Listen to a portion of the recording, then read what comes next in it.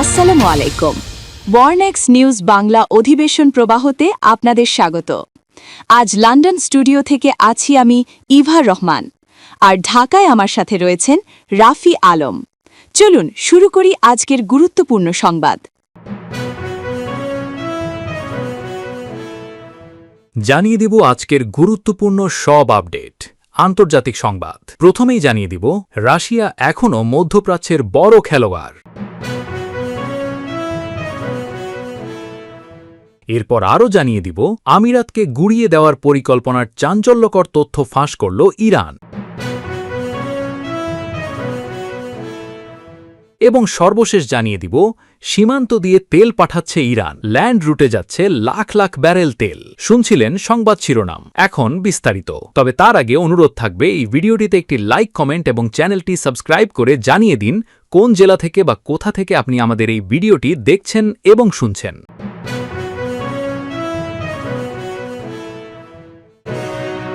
মধ্যপ্রাচ্যে যুদ্ধ, উত্তেজনা আর অনিশ্চয়তার মাঝেই হঠাৎ করে সামনে এলো নতুন এক কূটনৈতিক দৃশ্য। ইরানের পররাষ্ট্রমন্ত্রী আব্বাস আরাকচি সরাসরি দেখা করলেন রাশিয়ার প্রেসিডেন্ট ভ্লাদিমির পুতিনের সঙ্গে। কূটনৈতিক মহলে এখন একটাই প্রশ্ন, এই বৈঠকটি শুধুই আনুষ্ঠানিকতা নাকি এর পেছনে আছে বড় কোনো কৌশল? সময়টা কিন্তু খুবই গুরুত্বপূর্ণ।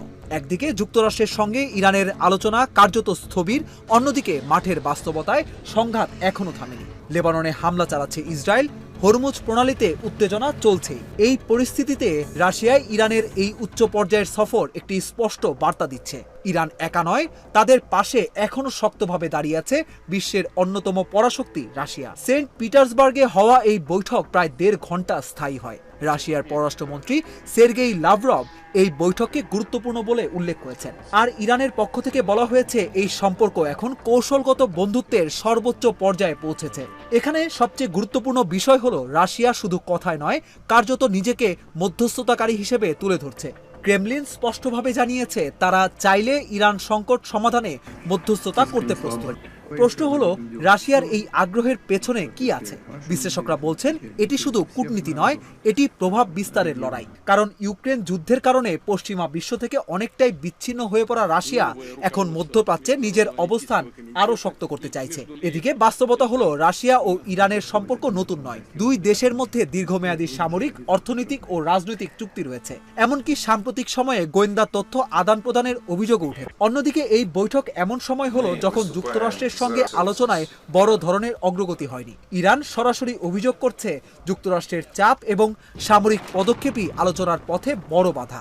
এখানে একটি গুরুত্বপূর্ণ দিক হলো, ইরানের দাবি যুক্তরাষ্ট্র তাদের লক্ষ্য পূরণ করতে পারেনি, আর সেই কারণেই এখন আলোচনায় ফিরতে চাইছে ওয়াশিংটন। তবে যুক্তরাষ্ট্র এখনও এই বিষয়ে আনুষ্ঠানিকভাবে কিছুই বলেনি। তাদের অবস্থান এখনও অপেক্ষা আর পর্যবেক্ষণেই রয়েছে। এদিকে বাস্তবতায় উত্তেজনা কিন্তু কমেনি। লেবাননে ইসরায়েলি হামলা অব্যাহত, হতাহতের সংখ্যা বাড়ছে। এই পরিস্থিতি পুরো অঞ্চলের স্থিতিশীলতাকে আরও প্রশ্নবিদ্ধ করছে। আর ঠিক এই জায়গাতেই রাশিয়া নিজের ভূমিকা জোরালোভাবে তুলে ধরতে চাইছে, একজন শান্তির মধ্যস্থতাকারী হিসেবে, কিন্তু একই সঙ্গে একজন কৌশলগত খেলোয়াড় হিসেবেও। কারণ বাস্তবতা হলো, মধ্যপ্রাচ্যের রাজনীতিতে এখন আর একক কোনো শক্তির আধিপত্য নেই। এখানে যুক্তরাষ্ট্র, রাশিয়া, আঞ্চলিক শক্তি সবাই নিজেদের জায়গা ধরে রাখতে চাইছে। সব মিলিয়ে পুতিন আরাকচি বৈঠক শুধু একটি সাধারণ কূটনৈতিক ঘটনা নয়, এটি একটি বড় বার্তা বহন করে। মধ্যপ্রাচ্যের খেলায় রাশিয়া এখনও আছে এবং বেশ সক্রিয়ভাবেই আছে। এখন দেখার বিষয়, ইরান রাশিয়ার এই সম্পর্ক ভবিষ্যতে কি প্রভাব ফেলে যুক্তরাষ্ট্র ইরানের শান্তি আলোচনায়। মধ্যপ্রাচ্য সংঘাতে সংযুক্ত আরব আমিরাতকে লক্ষ্যবস্তু করার প্রধান কারণ হল, তেল আবিব ও ওয়াশিংটনের সাথে দেশটির ক্রমবর্ধমান সামরিক ও কূটনৈতিক সম্পর্ক, যা ইরানের জন্য হুমকি স্বরূপ। এছাড়া তেহরানের দাবি, আমিরাত সরাসরি তাদের ভূখণ্ডে থাকা মার্কিন সামরিক অবকাঠামো ব্যবহার করে ইরানের সার্বভৌমত্বের উপর হামলা চালিয়েছে। মূলত এই ক্ষোভ থেকেই মধ্যপ্রাচ্যে থাকা সবচেয়ে গুরুত্বপূর্ণ মার্কিন ঘাঁটির দেশ আমিরাতে সবচেয়ে বেশি হামলা চালিয়েছে তেহরান। মার্কিন সংবাদ মাধ্যম দ্য ওয়াল স্ট্রিট জার্নালের এক প্রতিবেদনে বলা হচ্ছে, ইরানের বিরুদ্ধে মার্কিন ইসরায়েল যুদ্ধের প্রেক্ষাপটে সংযুক্ত আরব আমিরাতকে গুড়িয়ে দেওয়ার পরিকল্পনার কথা সৌদি আরব ও ওমানকে আগেই জানিয়েছিল তেহরান।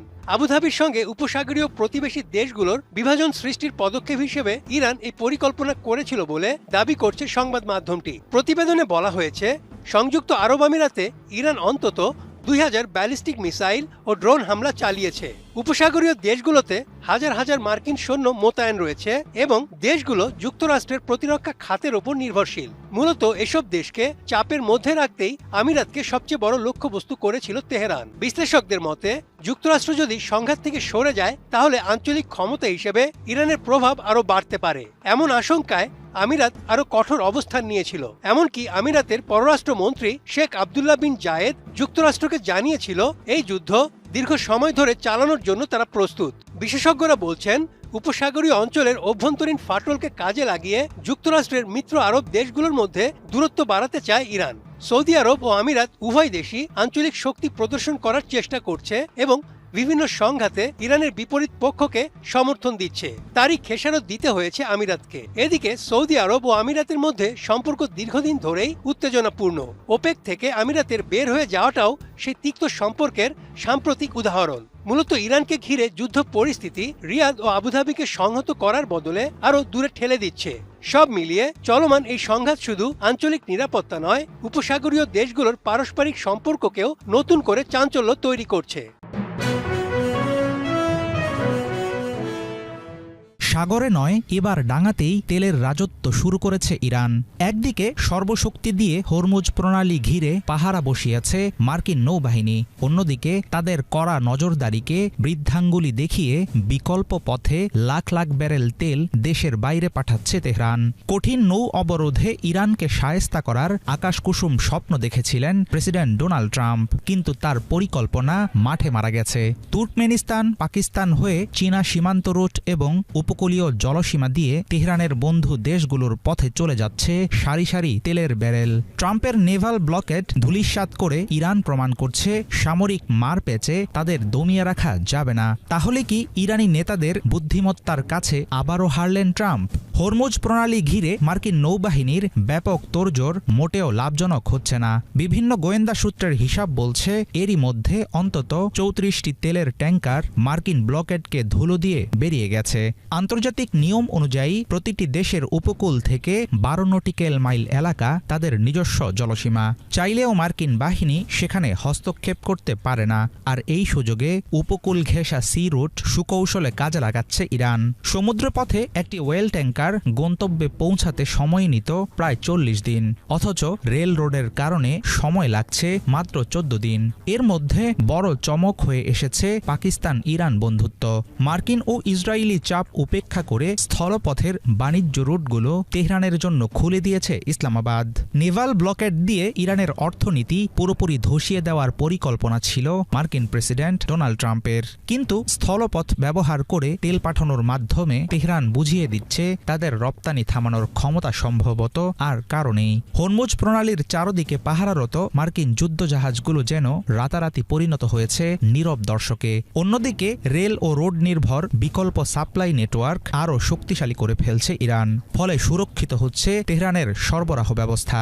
পাকিস্তান রুট দিয়ে তেল বাণিজ্যের ফলে ইরানি বাজারের পাশাপাশি পাক অর্থনীতিতেও এসেছে নতুন গতি। ইরান এবং তার মিত্রদের বিকল্প করিডোর ব্যবহারের কারণে অনেকাংশেই কার্যকারিতা হারিয়েছে আমেরিকার অবরোধ। মার্কিন নেভাল ব্লকেড চালু থাকলেও ইরানি তেলের উপর নির্ভরশীল দেশগুলো এখন দ্রুত উপায়ে জ্বালানি পেতে শুরু করেছে। সব মিলিয়ে ইরানের তেল রপ্তানি থামিয়ে দেওয়ার ব্যাপারে আমেরিকা ও ইসরায়েলের নানা পদক্ষেপ কার্যত ব্যর্থ। এর জেরে একটি প্রশ্ন এখন বড় হয়ে দেখা দিয়েছে, বিকল্প পথে ইরানের বাণিজ্য সাফল্য কি মধ্যপ্রাচ্যের অন্যান্য দেশগুলোকেও মার্কিন অবরোধ নীতির বিরুদ্ধে যেতে উৎসাহিত করবে? আমেরিকার কঠিন ঘেরাও ফাঁকি দিয়ে তেল রপ্তানি চালিয়ে যাওয়ার ক্ষেত্রে ইরানের কৌশলগত সক্ষমতা চমকে দিয়েছে পশ্চিমা মোড়লদের, এমনটাই মনে করেন সংশ্লিষ্ট বিশ্লেষকেরা। বর্তমান বিশ্বে অবরোধ দিয়ে কোনো স্বাধীনচেতা জাতিকে দমিয়ে রাখা সম্ভব নয়, তার সবচেয়ে বড় প্রমাণ এখন ইরান। চলমান পরিস্থিতিতে মিত্র দেশগুলোর সহযোগিতায় জোরে সোরে ঘুরতে শুরু করেছে তেহরানের তেল নির্ভর অর্থনীতির চাকা। সেক্ষেত্রে লক্ষ্যভ্রষ্ট হওয়া নেভাল ব্লকেড কি চালিয়ে যাবেন প্রেসিডেন্ট ট্রাম্প, নাকি শেষ পর্যন্ত তিনি হাঁটতে বাধ্য হবেন সমঝোতার পথে, সেটা এখন বড় প্রশ্ন।